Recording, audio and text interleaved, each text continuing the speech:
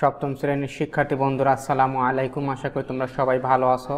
দেখো তোমাদের গণিত বইয়ের এই যে 241 পৃষ্ঠা অজানা রাশির সমীকরণ, এই অধ্যায়ের একদম লাস্ট পৃষ্ঠায় যে তোমাদের 6টা একক কাজ আছে তার 4 নাম্বার পর্যন্ত আমরা গত ক্লাসে শেষ করেছি। সো আজকে 5 নাম্বারটা দেখো। 5 নাম্বারটাতে কি বলছে, একটা শ্রেণীতে যতজন ছাত্রছাত্রী পড়ে প্রত্যেকে তার সহপাঠীর সমান সংখ্যার সমান টাকা চাঁদা দেয়, মোট 420 টাকা হলো। ওই শ্রেণীর ছাত্রছাত্রীর সংখ্যা কত আর প্রত্যেকে কত টাকা করে চাঁদা দিলে এটা বের করতে হবে। ওকে, চলো শুরু করা যাক।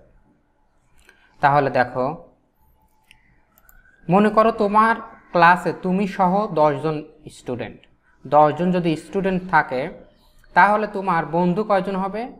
9 জন হবে, কারণ তুমি সহ যেহেতু 10 জন, তাহলে তোমাকে ছাড়া আর কয়জন? 9 জন, তাহলে তোমার বন্ধু হবে 9টা। অর্থাৎ যতজন স্টুডেন্ট থাকবে তার একটা করে কম হবে তাদের সহপাঠীর সংখ্যা। দেখো এই যে সহপাঠীর সংখ্যা 1 কম হবে, ঠিক আছে? যতজন স্টুডেন্ট তার থেকে 1 করে সহপাঠীর সংখ্যা তোমার কম হবে। এটা বুঝলে কিন্তু অঙ্কটা তোমরা সহজে বুঝতে পারবা। দেখো তাহলে ধরি ছাত্রছাত্রীর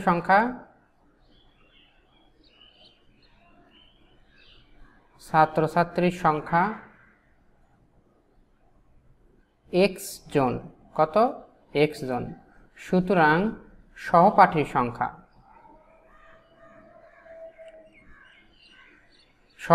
তাহলে কত হবে? 1 কমে যাবে, x - 1 এতজন। ঠিক আছে, আশা করি বুঝতে পারছো। তাহলে দেখো, এখন একজন যদি মনে করো 10 টাকা দেয় তাহলে 5 জনে কত টাকা হবে? 50 টাকা। কিভাবে? 5 গুণ 10, দুইটা গুণ করে দিলে টোটাল টাকাটা আমরা পাবো। ঠিক আছে, একজনের কাছে যদি 10 টাকা থাকে তাহলে দুইজনের কাছে থাকবে কত? 20 টাকা। কিভাবে পাবো? 10 গুণ 2 এভাবে। সো মোট টাকা কত হবে? সুতরাং দেখো, মোট চাঁদার পরিমাণ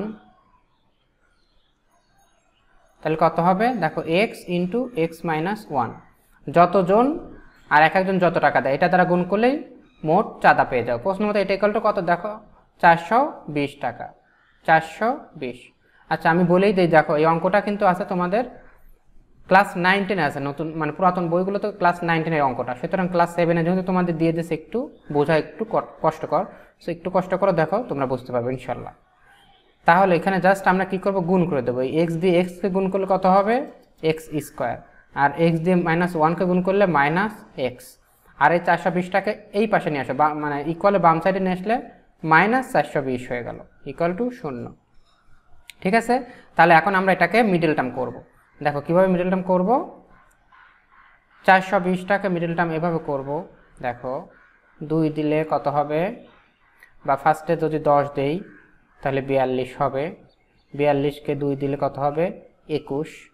ওকে, তাহলে হয়ে গেছে। দেখো 10 দুগুণে 20, 10 দুগুণে 20 আর 21।